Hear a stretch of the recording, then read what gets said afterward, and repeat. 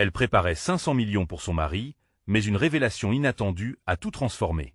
Dans le petit village du sud de la France, là où les montagnes touchent les vignes, Élise vivait une vie de rêverie et d'obsession. À 38 ans, elle nettoyait les demeures luxueuses des riches propriétaires, les mains pleines de poussière et le cœur plein d'espoir. Les murs de ces maisons recelant des trésors, elle s'imaginait, un jour, glisser un chiffre sur une feuille de papier, 500 millions d'euros. Cette somme incroyable pourrait bien changer la vie de Paul, son mari ébéniste, un homme au talent exceptionnel, mais aux rêves souvent piétinés par la rigueur du quotidien. Chaque coup de balai était pour elle une marchandise vers ce bonheur inespéré. Mais ce désir d'une vie meilleure devenait une obsession cruciale, creusant un fossé entre eux. Les soirées des Élise étaient souvent silencieuses. Paul, assis dans son atelier, façonnait le bois en silence, sentant son cœur se serrer d'inquiétude. Elle disait vouloir un meilleur avenir pour eux, mais où était le nous dans ses rêves de fortune? Ce soir-là, alors que la lune baignait le village d'une lumière douce, le boom populaire s'annonçait. Les enfants riaient, les couples dansaient, et Élise, entraînée par cette ambiance festive, commença à oublier ses ambitions financières. Les violons résonnaient, et pour un moment, la joie enveloppa son cœur point, mais tout bascula lorsqu'elle chercha Paul dans la foule. Elle l'aperçut au loin, entourée des amis, mais ce qu'elle entendit la fit frémir. Les murmures d'un inconnu se mêlaient à ceux de son mari. « Pariez sur ce pot aux roses, et vous pourriez doubler la mise. » Élise, le cœur battant, s'immobilisa. Et l'argent dont il parlait lui était familier. Une affaire douteuse? La panique l'envahit. Son monde se fissura à cet instant précis, faisant trembler les fondations de ses rêves. « Paul !» s'écria-t-elle, colère et douleur se mêlant dans sa voix. Lorsque leurs yeux se rencontrèrent, elle vit un homme désespéré, acculé par des secrets et la honte. Les reproches fusèrent, les larmes montèrent. « Tu préfères tricher que de travailler dur pour nous ?» hurla-t-elle, ne pouvant contenir sa rage. Paul, blessé, répondit « Je fais ce que je peux, Élise. » Les deux âmes se retrouvaient alors emportées dans un cyclone des émotions. Leurs rêves s'effondrèrent autour d'eux. Pourtant, au cœur de cette tempête, une mélodie familière résonna. Celle des promesses des amours qu'ils s'étaient échangées, des nuits étoilées passées à rêver ensemble. Ce souvenir fut le fil des Ariane qui les guida au-delà de la colère. Épuisés, ils réalisèrent que, malgré leur querelle, l'amour qu'ils partageaient était le seul trésor véritable. Avant de continuer, je dois vous avertir de quelque chose d'important qui se passe. YouTube a fait des changements dans le système et beaucoup de personnes perdent les notifications des chaînes qu'elles suivent. Si vous aimez le contenu, cliquez sur la clochette et marquez « Toutes les notifications » pour ne pas rater les prochaines vidéos. Et si vous pouvez laisser un like, ça m'aide énormément avec la portée sérieusement. Ça fait la différence. Ah, dites-moi dans les commentaires d'où vous regardez. J'ai toujours la curiosité de savoir qui est de l'autre côté de l'écran. Maintenant continuons. La confrontation électrisante s'estompa lentement, laissant place à une fragilité nouvelle. Dans un souffle apaisé, Élise propose une idée inédite. Créer un microcrédit solidaire pour aider leur communauté à se relever de la précarité. Alors que cette lueur d'espoir scintillait, une crainte sourde les envahit. Comment seraient-ils jugés? Que penseraient leurs voisins de ce qu'ils avaient appris l'un sur l'autre? Leurs visages se durcirent à l'idée de la réaction du village. La route vers la rédemption promettait d'être sinueuse, mais peut-être que le bonheur ne reposait pas sur des millions, mais sur l'amour qui renaissait. Entre eux, Élise et Paul se regardèrent, un mélange d'espoir et d'appréhension dans leurs yeux. L'idée de créer un microcrédit solidaire, qui résonnait faiblement au départ, prenait peu à peu forme dans leur esprit. C'était une allée parsemée d'embûches, mais elle était aussi pavée de promesses. Quelque chose en eux avait changé, et ils ressentaient un besoin irrésistible de faire quelque chose de significatif, quelque chose qui pourrait réellement impacter leur communauté. Inutile d'attendre que le rêve vienne à nous, murmura Élise, la détermination se frayant un chemin à travers ses doutes. Nous devons agir. L'atelier de Paul, avec ses copeaux de bois éparpillés et ses outils, devint le centre névralgique de leur plan. Ensemble, ils dessinèrent des esquisses de leur projet, façonnant leurs aspirations comme Paul s'occupait du bois. L'imagination d'Élise glissait alors sur le papier, vêtue de mots comme espoir, solidarité et prospérité. Quelque chose en elle s'éveillait, comme un chant d'oiseau au printemps. Cependant, chaque avancée était assombrie par l'angoisse. Et si les gens ne nous soutiennent pas? Et si on échoue, encore une fois? Paul la regardait, l'inquiétude inscrite sur son visage. Il avait vécu tant de déceptions. Mais Élise lui prit la main, cherchant à instaurer confiance. Nous avons tout à gagner, Paul. Même si nous échouons, au moins nous aurons essayé. Les jours suivants, ils se lancèrent dans l'organisation d'une réunion au café du village. Ce n'était pas qu'une simple invitation pour parler des finances. C'était un appel à l'entraide, à la redécouverte de leur communauté.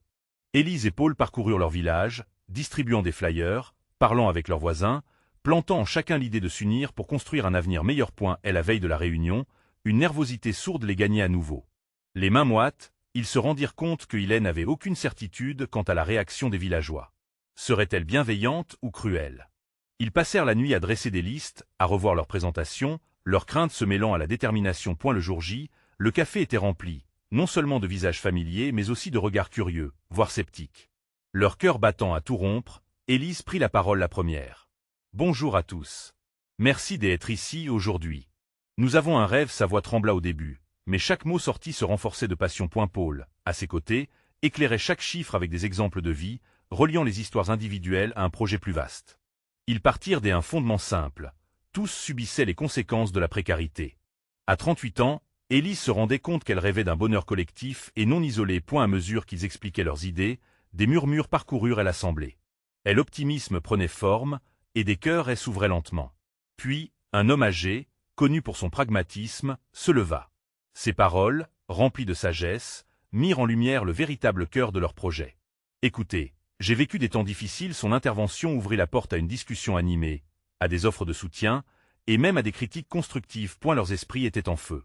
Élise, heureuse, constata que les craintes se dissolvaient peu à peu, remplacées par l'engouement collectif. Le projet prenait vie, soutenu par la communauté elle-même. Sur le chemin du retour, mains enlacées, ils se sentirent plus proches que jamais. Ils avaient risqué leur cœur, et la récompense fut une flamme d'espoir, une nouvelle direction.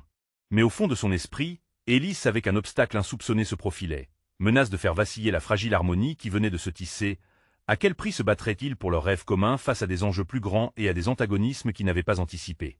Une épreuve se profilait à l'horizon, prête à tester leur amour et leur conviction. Les jours qui suivirent leur réunion furent une véritable montagne russe d'émotions. Élise se leva chaque matin avec une énergie renouvelée, la promesse d'un avenir collectif résonnant dans son cœur. Paul, cependant, était plus en proie au doute. Les discussions qui avaient éclos durant la réunion continuaient de résonner dans son esprit. Et s'il n'était pas à la hauteur des attentes? Il voyait dans le visage de ses amis une lueur d'espoir, mais il craignait que cet espoir ne se transforme en désillusion. Ils passèrent les semaines suivantes à peaufiner leur projet, à rassembler des fonds et à évoquer des témoignages de vie. Élise ressentait une montée d'adrénaline à chaque petite victoire, tandis que Paul oscillait entre enthousiasme et inquiétude. La petite communauté, pourtant si soudée, s'avérait réceptive, mais également sceptique. Leurs rêves se heurtaient à une réalité bien plus cruelle. Un après-midi, alors qu'ils terminaient une séance de planification, un coup de téléphone changea la donne. C'était Marc, un ami distant, qui avait entendu parler de leur projet. Il ne travaillait pas dans le domaine du microcrédit, mais son entreprise avait récemment fait un don conséquent à des initiatives similaires dans d'autres régions. « Écoutez, je pense pouvoir vous aider.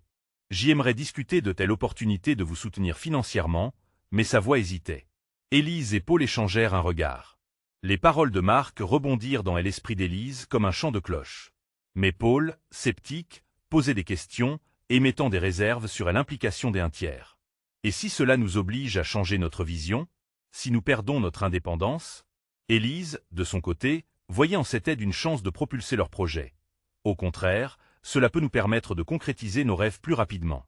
Qui sait combien de personnes nous pourrions aider avec ce soutien? Il en résulta une tension palpable entre les deux. Élise, empreinte d'un optimisme contagieux, et Paul, prisonnier de ses peurs. Les jours suivants furent empreints d'une atmosphère étrange. Chaque dialogue, chaque geste semblait peser sous le poids des non-dits. Puis, un soir, Paul, accablé par ses réflexions, prit une décision radicale. « Je vais rencontrer Marc seul », annonça-t-il brusquement. Élise, abasourdie, se sentit trahie. Comment pouvait-il prendre une telle décision sans en discuter avec elle? Les mots durs se succédèrent. « Je pensais que nous agirions ensemble, Paul. » Elle était dévastée par cette éclatante fracture qui menaçait de briser tout ce qu'ils avaient construit. Les jours suivants, la chaleur des échanges s'éteignit peu à peu, la lumière de leur projet commençant à vaciller. Dans cette période des incertitudes, Élise ne pouvait s'empêcher de plonger dans ses pensées. Leur rêve valait-il vraiment cette distanciation? Les espoirs volaient en éclats alors qu'un sentiment amer de solitude grandissait dans son cœur. Les villageois, eux, ne demeuraient pas éloignés de ce tourbillon émotionnel. Certains se mirent à interroger Élise sur le projet, à s'inquiéter de cette possible ombre au tableau. L'entraide qui avait brillamment émergé semblait désormais fragile, un équilibre précaire souffrant de tensions internes. Alors que Élise regardait par la fenêtre son village, une question l'assaillit. L'amour qu'elle portait pour Paul pouvait-il vraiment les lier indéfiniment dans ce combat pour leur rêve commun? Leur chemin se séparait-il peut-être à un moment essentiel, alors qu'un voyage ensemble semblait prometteur? Une décision se profilait à l'horizon, mais elle savait qu'elle devait gérer ses émotions avant de faire un pas décisif. Quel choix Élise fera-t-elle? Car une révélation inattendue, si elle n'était pas encore là, semblait inévitable. Les jours suivants furent marqués par une tension presque palpable. Élise avait beau se lever chaque matin avec une détermination renouvelée, le vide laissé par la décision de Paul à propos de sa rencontre avec Marc ne faisait que grandir. Elle se battait entre l'envie de lui montrer son soutien et le désir de lui rappeler qu'il n'avait pas le droit de les séparer ainsi. Pourquoi cette hésitation? Pourquoi ce besoin de prendre les décisions seule? Elle se sentait tiraillée, découpée en 1000 morceaux. Un lundi gris, alors qu'elle se promenait dans le village, Élise remarqua les visages des villageois, tous marqués par l'inquiétude. Chacun semblait éprouver une nostalgie pour la chaleur de l'entraide qu'ils avaient établie ensemble. Elle avait consacré tant de temps à construire ce projet, un projet qui était censé rassembler, et maintenant l'essence même de cette collaboration était en danger. Les rumeurs circulaient. Que va-t-il advenir de notre aide? Demandait une voisine, le visage creusé par l'angoisse. Élise inspira profondément, se sentant le poids de leurs attentes sur les épaules. Elle devait agir.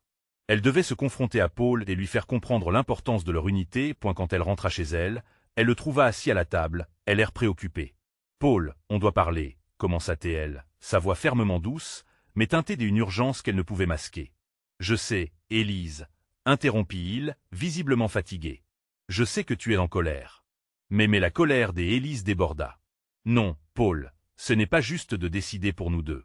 Ce projet est quelque chose que nous avons forgé ensemble. Je veux être impliqué dans chaque décision, surtout celle-là. » Ses mains étaient tremblantes, mais pas de peur. C'était de la passion. Paul leva les yeux. Il avait peut-être pensé que honorer l'invitation de Marc seul était une manière d'épargner leurs rêves, mais à cet instant, il comprit qu'il avait mis en péril ce qu'ils avaient construit. « Je suis désolé, » murmura-t-il. « J'y avais l'impression d'être trop lourd. Comme si le poids de notre rêve nous écrasait, et que je ne voulais pas étouffer ton élan. » La vulnérabilité de Paul touchait Élise, mais la route restait encore semée d'embûches. « Écoute, je veux qu'on soit sur la même longueur d'onde. Ce que Marc propose pourrait nous aider, mais je ne peux pas faire cela seul. Je ne peux pas avancer si je sens que je ne suis pas en accord avec toi. » Un silence pesant s'installa alors. Les regards échangés constituaient un mélange des amours brisés et des espoirs renaissants.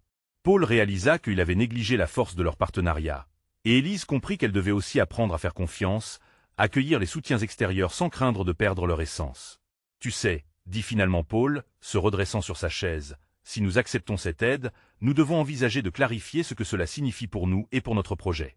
Nos valeurs ne sont pas à vendre. » Élise hocha vigoureusement la tête. « Compte sur moi pour défendre cela. Mais nous devrions rencontrer Marc ensemble, comme une équipe. Nous sommes unis, Paul. C'est ça, notre force. » À cet instant, Élise sentit une lumière se raviver dans son cœur. L'espoir ne s'était pas éteint, il attendait simplement d'être ravivé.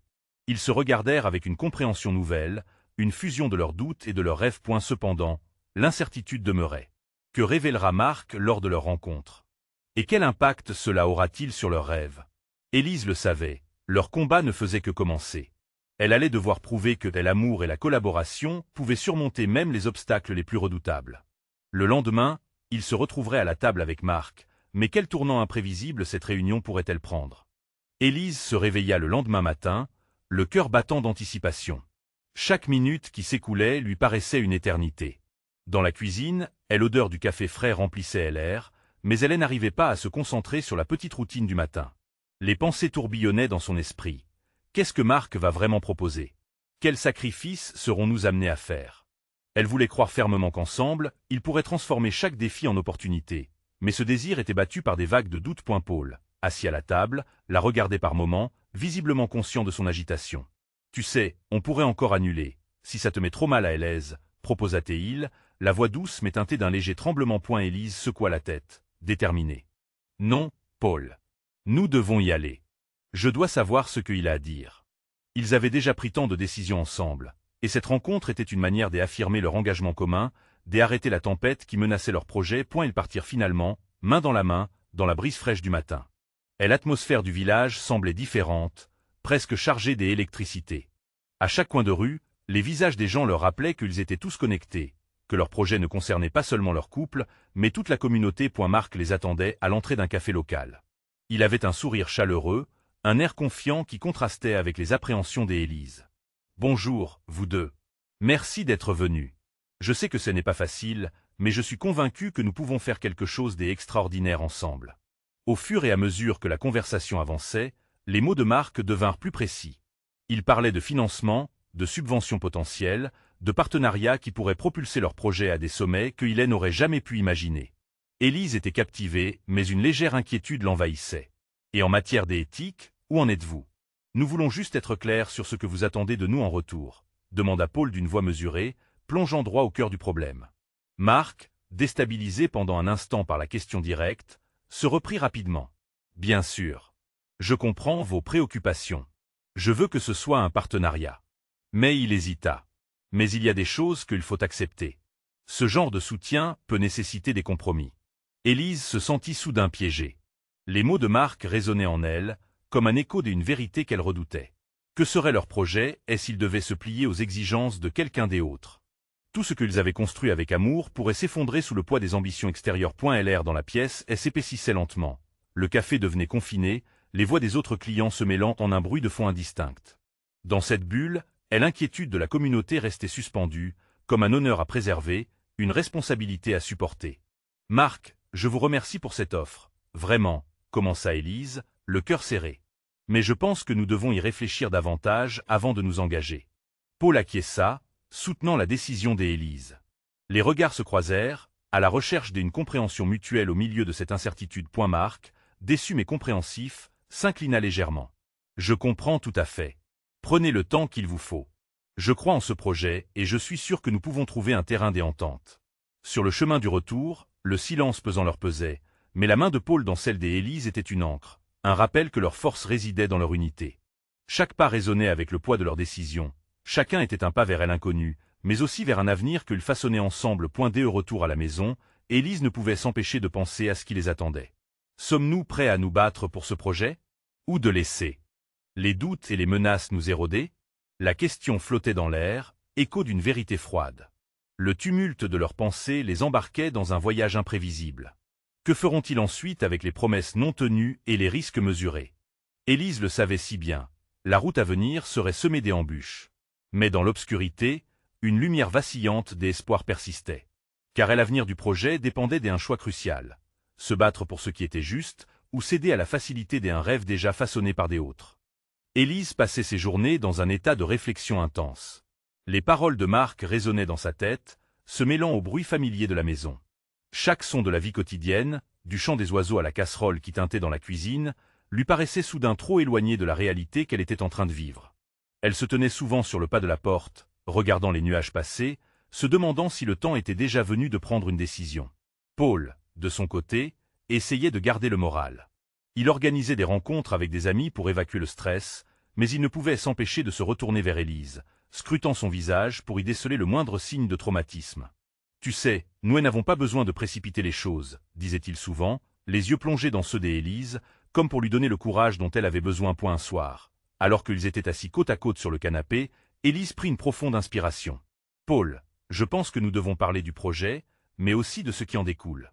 Je ne peux pas m'engager sans comprendre vraiment les conséquences. »« Je comprends, » répondit Paul, se redressant légèrement. « Mais n'oublions pas qu'il y a parfois de belles opportunités derrière des portes que nous avons peur d'ouvrir. Je crois au potentiel de ce projet. Et je crois en nous. » La semaine suivante, un événement inattendu secoua leur quiétude. Un article dans le journal local dénonçait des pratiques douteuses de certains partenaires que Marc avait mentionnés comme potentiel soutien. Élise le lut avec une colère sourde, ses mains serrées autour du papier. « Regarde ça, Paul. Cela pourrait mettre en péril tout ce que nous avons imaginé. » « C'est exactement ce que je craignais. » Paul prit le journal, feuilletant rapidement les pages. « Cela peut arriver à n'importe quelle entreprise, mais nous devons être prudents. C'est notre avenir qui est en jeu. Peut-être que c'est le signe dont nous avions besoin, » murmura Élise, la voix tremblante. « Nous avons deux choix, ignorer cette vérité et avancer, ou réévaluer tout ce que nous croyons savoir. Élise ressentait un mélange d'angoisse et de détermination. Elle ne voulait pas s'engager dans une voie délicate sans être pleinement convaincue de ses choix. Les échos du café leur revenaient en tête, les promesses alléchantes mais souillées de compromis. Les jours passèrent, chaque discussion avec Paul portant un peu plus de poids. Ils commencèrent à enquêter sur les partenaires potentiels et découvrir que la situation était encore plus complexe que prévu. Les valeurs qui les avaient toujours guidés dans leurs projets étaient mises à l'épreuve par des réalités froides et impitoyables du monde des affaires. Un soir, alors qu'ils regardaient un documentaire sur les initiatives communautaires qui avaient échoué à cause de compromis éthiques, Élise sentit une détermination croissante en elle. « Nous allons devoir garder notre intégrité. Ce projet doit représenter qui nous sommes réellement, Paul. Je refuse de sacrifier nos valeurs. » Paul acquiesça, une lueur d'admiration dans ses yeux. « Il semble que nous avons pris une décision. Ce sera difficile, mais au moins, nous pouvons être fiers de la manière dont nous avons choisi de le faire. » Les jours suivants, ils passèrent ensemble des heures à réfléchir, à discuter des alternatives et à rassembler des idées nouvelles. Chaque interaction avec les membres de leur communauté devenait un échange riche, nourrissant leur projet d'une nouvelle vie. Finalement, une clarté émergea. Ils réalisèrent qu'ils avaient en eux la clé pour faire avancer leur projet sans compromettre leur morale. Ils décidèrent de se rapprocher de ceux qui partageaient leur vision, d'unir les forces et d'explorer des sponsorings alternatifs avec des valeurs alignées. Alors que la lumière du matin filtrait à travers les fenêtres, Élise se tenait avec Paul, regardant droit devant elle. « Nous avons notre chemin, après tout, » dit-elle, une émotion palpable dans sa voix. « Je ne veux plus d'une promesse facile. Je veux bâtir quelque chose d'authentique. » Leur regard se croisa, des promesses silencieuses illuminant cette journée nouvelle. Ils étaient résolus à combattre pour leurs rêves, mais il restait encore une question sur leurs lèvres. Quelles épreuves allaient-ils rencontrer sur cette route semée d'embûches? Les défis ne faisaient que commencer et, avec chaque choix, ils apprenaient à prouver leur bonne foi. Car le véritable voyage se cachait dans les réelles luttes et triomphes à venir. Soudain, un message sur le téléphone d'Élise brisa le silence. C'était une invitation d'un collectif local, demandant à les rencontrer pour discuter d'une collaboration. « Tiens, il semblerait que nous ne soyons pas seuls dans notre démarche, » dit-elle avec un sourire. Leur cœur battait à l'unisson. Cette opportunité pourrait être le début d'une nouvelle ère. Mais était-ce vraiment le moment d'ouvrir cette porte? Quelle révélation attendent-ils encore? Une chose était certaine, l'aventure ne faisait que commencer. Élise pétrit son esprit à propos de cette invitation, son cœur battant d'excitation mêlée à une appréhension sourde. « Paul, que devrions-nous faire ?» demanda-t-elle, les doigts serrant le téléphone comme si elle tenait les fils de leur destin. Paul, toujours attentif, réfléchit un instant avant de répondre. « Je pense que nous devons y aller. C'est une opportunité de partager notre vision avec des autres, de voir ce que des autres pensent de notre projet. Cela pourrait être précieux. » Élise hocha la tête, mais une appréhension persistait. Et si cela nous détournait de notre chemin? Si nous étions encore confrontés à des compromis? C'est un risque, oui. Mais nous pouvons le gérer. Nous avons décidé de rester vrais à nos valeurs. Cette rencontre pourrait même renforcer notre position. Et l'enthousiasme d'Élise se mêla à la nervosité. Elle se leva, marchant d'un bout à l'autre du salon, son esprit à la fois en ébullition et en quête d'apaisements. Elle cherchait des signes, des souvenirs des discussions passées, des expériences qui auraient pu les préparer à cette rencontre. Le jour de la réunion arriva. Ils se retrouvèrent devant un café où le collectif se réunissait. L'éclat du soleil éclairait les visages souriants des membres, tous animés par une passion commune. Étaient-ils vraiment là pour les bonnes raisons? Étaient-ils les alliés qu'ils espéraient?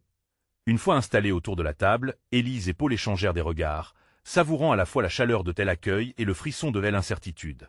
L'animateur du collectif ouvrit les discussions, cherchant à établir un dialogue. « Nous sommes ici pour partager nos expériences, nos défis et nos réussites. Que est-ce qui vous a amené ici ?» Élise s'éclaircit la gorge, et tandis qu'elle commençait à parler, elle sentit le poids de toutes ses réflexions. « Nous croyons qu'il est possible d'innover tout en restant fidèle à ses valeurs.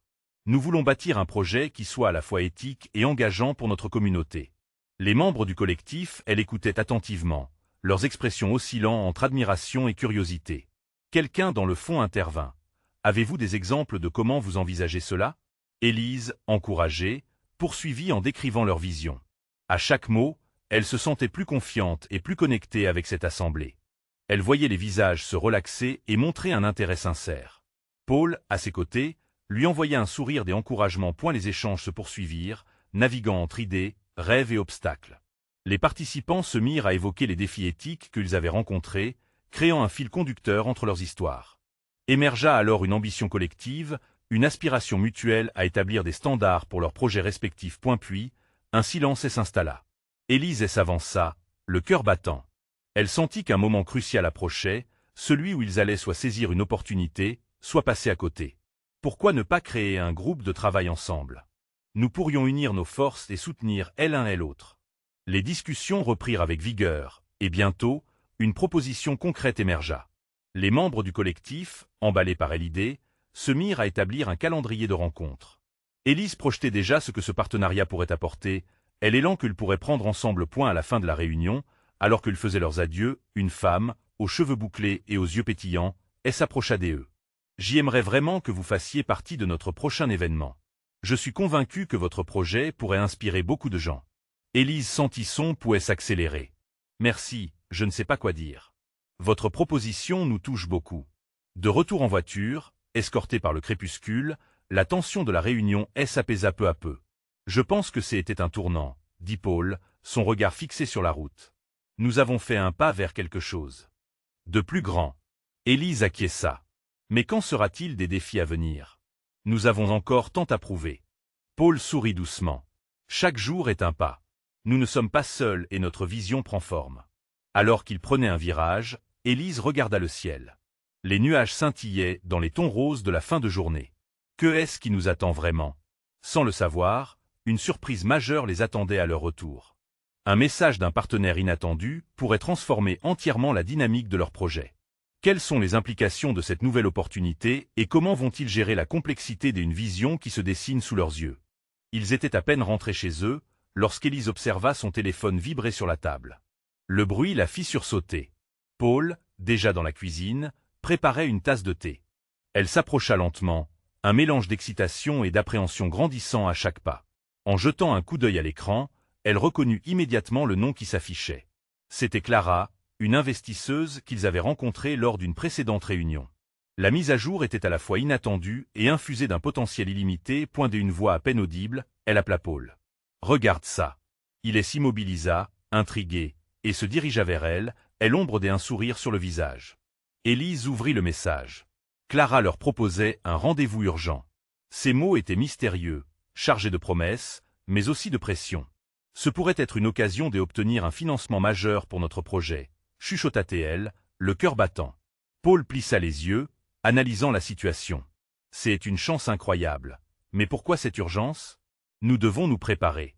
Élise acquiesça, un flot d'idées envahissant son esprit. Des chiffres, des stratégies, des arguments potentiels tourbillonnaient dans sa tête. Une question persistait. Mais que est-ce que Clara cachait derrière cette invitation? Avait-elle des réserves? Leur projet était-il prêt à rencontrer le monde des investisseurs? Le petit appartement se transforma rapidement en un lieu de préparation frénétique. Écrans ouverts, feuilles éparpillées sur la table, idées griffonnées sur des post-it colorés. Élise se concentra particulièrement sur ce qu'ils voulaient transmettre, leur passion, leur vision, leur engagement éthique. Nous devons être prêts à répondre à toutes ces questions, rappelait-elle à Paul, qui feuilletait un classeur rempli d'informations sur leur projet. À mesure que les heures passaient, la tension se mêlait à l'excitation. Ils savaient qu'ils avaient une opportunité précieuse entre les mains, mais la peur de décevoir s'immisçait également dans chaque échange. Et puis, il y eut ce moment où ils s'arrêtèrent tous les deux, un soupir étrangement partagé. « Élise, quelle est notre priorité ici ?» demanda Paul, les yeux plissés. Elle réfléchit un instant. « Rester fidèle à nous-mêmes. Chaque opportunité que nous saisissons doit être en cohérence avec nos valeurs. Peu importe la somme qu'on pourrait recevoir. » Paul hocha la tête en accord, mais l'inquiétude brillait toujours dans ses yeux. Et si ça devenait trop commercial? Nous risquerions de perdre l'essence même de ce que nous voulons créer. Juste avant de partir pour le rendez-vous, Élise scruta la pièce, réfléchissant aux heures passées à façonner leur projet. Ce n'était pas seulement une quête de financement, c'était aussi une quête de reconnaissance, de validation, pour montrer à tout le monde qu'un autre modèle était possible. Arrivé au café où Clara les attendait, une atmosphère nerveuse flottait autour d'eux. Les battements du cœur d'Élise s'accéléraient tout en faisant surface des promesses passées pour bâtir un avenir meilleur. Lorsqu'ils entrèrent, ils croisèrent le regard de Clara, une femme charismatique dont le sourire était à la fois chaleureux et calculateur. « Merci d'être venu si rapidement, » dit-elle, sa voix pleine de conviction. « Vous allez découvrir un potentiel que vous n'avez même pas encore imaginé. » Élise se figea un instant. Ce regard, cette aura, elle le reconnaissait. Mais cette conviction était-elle en train de masquer une réalité difficile à accepter? Alors que Clara poursuivait son exposé, Élise ressentit un frisson d'anticipation, entrelardé de crainte. Quel développement caché se mettait en place derrière cette rencontre? Alors qu'elle regardait Paul, le visage déterminé mais inquiet, une idée germait dans son esprit. Et si la révélation n'était pas seulement externe, mais également interne? Était-ce le moment de redéfinir ce qu'il voulait? Vraiment, face à une opportunité qui semblait si claire, mais que l'avenir pouvait bien transformer. Il était temps de se battre pour leur vision, mais, en fin de compte, jusqu'où serait-il prêt à aller pour cela? La complexité de cette question les attendait, tout comme la réponse de Clara. Que se passerait-il ensuite dans cette danse délicate entre opportunité et identité? Élise écoutait attentivement Clara, mais son esprit était en proie à une tempête d'interrogations. Quand Clara évoquait un futur florissant, ses mots semblaient scintiller comme les étoiles d'un ciel noir, mais une ombre s'étendait derrière cette lumière. Que voulait-elle réellement? Était-ce une simple offre ou un piège insidieux? Paul, à côté d'elle, semblait s'efforcer de se concentrer. Lorsqu'il leva les yeux, ses informations sur leur projet étaient encore présentes, mais une préoccupation croissante se lisait sur son visage. Il chuchota à Élise. « Tu ressens ça aussi, n'est-ce pas?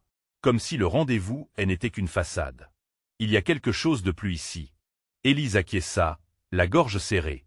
Ce qu'ils avaient construit avec tant de passion risquait de devenir un outil, une marchandise dont ils seraient dépossédés. « Nous devons rester vigilants, » murmura-t-elle, son cœur battant plus vite à chaque mot. Clara parlait avec aisance, esquissant des projections financières qui faisaient briller les yeux de Paul. Élise se força à sourire, mais à elle intérieure, elle était paralysée par une inquiétude sourde. Et si tout cela ne menait que à un compromis?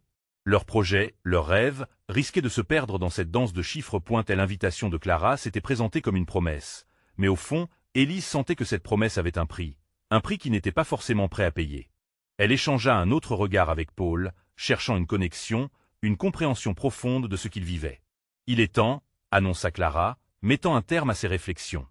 Elle sortit un dossier élégant, l'ouvrit avec une précision maîtrisée, exposant leur opportunité comme un bijou. Les pages sur la table brillaient, mais pour Élise, ses promesses prenaient une teinte plus sombre. « Voici comment nous pourrions structurer l'investissement », expliqua Clara avec assurance. Élise ne pouvait s'empêcher de voir chacune des projections comme une menace à leur vision. Tout en écoutant, elle se mit à imaginer une autre option, un chemin alternatif où leur projet pourrait prospérer sans sacrifier leurs valeurs. Cette pensée illumina son esprit, lui donnant la force de réfléchir. « Clara, dites-moi comment voyez-vous notre mission dans ce tableau? Où est notre place exactement ?» demanda-t-elle, laissant l'inquiétude subtile et s'infiltrer dans sa voix. Clara sourit énigmatiquement. « Votre place, Élise, c'est de mener ce projet vers le succès, et cela nécessite des sacrifices. Pensez à l'impact que vous pourriez avoir. » Les mots résonnèrent en elle comme une cloche d'alarme. Leur sacrifice? Pour quel bénéfice réel? Était-ce la route qu'il souhaitait prendre? Paul, l'air incertain, tâcha de capter son regard, cherchant à la rassurer. Mais Élise avait compris que le véritable dilemme qu'il faisait face n'était pas seulement financier. C'était une question des intégrités, des identités. « Je crois que nous avons besoin de temps pour réfléchir. Clara. Nous voulons nous assurer que notre vision et vos attentes s'alignent parfaitement, » répondit-elle, tentant de dissimuler son anxiété. L'expression de Clara se durcit. « Ne tardez pas, vous pourriez perdre cette opportunité. Sachez que j'attends votre retour très bientôt. » Alors qu'ils quittaient le café, le poids des paroles de Clara pesait lourd sur leurs épaules. Élise ressemblait à une marionnette, tiraillée entre la réalité économique et la passion qu'ils avaient pour leur projet. « Que devrions-nous faire maintenant ?» demanda Paul, son regard nourrissant un mélange d'espoir et de doute. Élise se tourna vers lui, la détermination apparaissant dans ses yeux. « Nous devons discuter de ce que nous voulons vraiment. Et peut-être, juste peut-être, explorer d'autres avenues. » Leurs pas résonnaient sur le pavé, mais dans leur cœur, une nouvelle résolution grandissait. Ils étaient déterminés à ne pas laisser leurs rêves s'évanouir sous la pression des promesses. Ce combat, pour leur identité, ne faisait que commencer. Et alors qu'ils se dirigeaient vers leur réflexion, une autre question brûlait dans leur esprit. Que est-ce qui pourrait se révéler au-delà de cette porte? La véritable transformation n'était pas seulement à l'extérieur, mais aussi au plus profond d'eux-mêmes. La suite les attendait. Élise se tenait sur le seuil de leur maison, le vent doux caressant son visage. Le ciel du matin s'illuminait de couleurs vives, tout comme son cœur, qui battait désormais au rythme d'un nouvel espoir. Après tant de luttes et des hésitations, il semblait qu'ils avaient enfin trouvé leur chemin. Paul s'approcha, ses yeux toujours empreints de cette lueur d'incertitude. Mais aujourd'hui, il y avait aussi une étincelle de conviction. Nous devons tirer les leçons de ces derniers jours, commença-t-il, soudain sérieux. Clara nous a fait ouvrir les yeux. L'aide peut venir avec des chaînes. On doit s'assurer que notre vision soit intacte. Élise hocha la tête, se remémorant leur conversation, les promesses scintillantes, mais également les conditions cachées derrière. Oui, mais je crois qu'il existe des moyens d'avancer sans renoncer à nous-mêmes. Nous avons la communauté derrière nous, et ça, c'est notre réelle valeur. Ils s'installèrent à la table pour un petit déjeuner frugal, chaque bouchée était marquée par un silence pensif. Élise hissait son esprit vers l'avenir, s'imaginant s'ériger en pilier de leur projet. « Tu te souviens du collectif » demanda-t-elle finalement. Paul sourit, se remémorant leur rencontre productive. Oui, leur enthousiasme était contagieux. Je pense qu'il pourrait être la clé. Si on unissait nos forces, peut-être pourrions-nous créer quelque chose d'encore plus grand sans dépendre de financements extérieurs. Les yeux d'Élise pétillèrent. Exactement. On peut organiser un événement, rassembler la communauté, présenter notre projet sous un nouveau jour et attirer des donateurs qui partagent nos valeurs. Cela renforcerait encore plus notre confiance. Ils commencèrent à esquisser un plan, encore plus ambitieux cette fois. Élise se mit à rêver d'un grand événement de financement participatif qui rassemblerait des artisans, des artistes et des membres de la communauté. Ils pourraient vendre des créations et partager des histoires de réussite, mettre en lumière l'importance de la solidarité. Les jours passèrent, emplis de préparatifs. De nombreux villageois se joignirent à eux, chacun apportant un peu de son rêve. Paul, la scie en main, façonnait des meubles en bois, tandis que Élise préparait des affiches et des recettes savoureuses à partager. Et l'unité qu'ils avaient tant désirée prenait enfin vie. Un samedi matin, alors que le soleil brillait haut dans le ciel, ils ouvrirent les portes du café du village, décorées de guirlandes colorées. Les murmures de la foule, l'excitation palpable, tout cela les remplissait d'une énergie nouvelle. Les artisans exposaient leurs œuvres, et les enfants jouaient, tout en élargissant les cœurs de chacun. Élise s'avança, le micro en main. Son regard parcourut la salle avant de s'ancrer sur Paul. Ce projet, c'est le nôtre, mais aussi le vôtre. Ensemble, nous avons la puissance de changer cette communauté. Les applaudissements résonnaient, un écho d'espérance collective. Et l'événement morcelait les cloisons qui avaient pu les isoler. Le soutien qui affluait était réconfortant, et elle pouvait sentir les yeux humides des émotions autour d'elle. Les jours qui suivirent, les promesses de financement affluèrent. Les villageois, touchés par cette nouvelle direction, commençaient à faire des dons. Les commerces locaux s'associèrent à leur projet, créant un essor insoupçonné. Élise, dans les bras de Paul, ressentit une vague de satisfaction. Cela, c'était leur victoire. Ils avaient vaincu les obstacles, et l'avenir, enfin, s'illuminait devant eux. Bella, leur voisine, s'approcha, les larmes aux yeux. « Vous avez montré à tous qu'on peut rêver et réaliser », disait-elle, reconnaissante. Mais même au sommet de leur succès, Élise savait qu'ils devaient rester vigilants. Chaque pas engendre des défis nouveaux, Paul. Et n'oublions pas cela. Nous devons toujours nous battre pour ce qui est juste. Paul acquiesça, serrant la main d'Élise dans la sienne. Ensemble, nous surmonterons tout. Chaque engagement que nous prenons ne nous éloignera pas, mais nous rapprochera encore plus. Avec ces mots, ils s'enlacèrent, conscients que le chemin était encore long. L'amour qu'ils avaient ravivé, les liens qu'ils avaient renforcés, étaient leur véritable trésor. Et alors qu'ils regardaient l'avenir avec confiance et détermination, le soleil se couchait doucement sur le village, son éclat doré étreignant les montagnes et les vignes. Ils savaient que peu importe les épreuves à venir, leur histoire était bien plus qu'un simple projet. C'était une aventure humaine nourrie par l'amour, la solidarité et l'espoir. Il est temps pour vous de faire partie de cette aventure incroyable. S'abonner immédiatement à la chaîne pour ne pas rater les prochaines histoires exclusives. Laissez un like maintenant pour nourrir l'algorithme, ça fait une différence énorme. Commentez vos réactions et théories sur cette fin inspirante. N'attendez pas une seconde de plus pour partager cette vidéo avec au moins 5 amis qui ont aussi besoin de voir comment l'amour et la solidarité peuvent transformer des vies.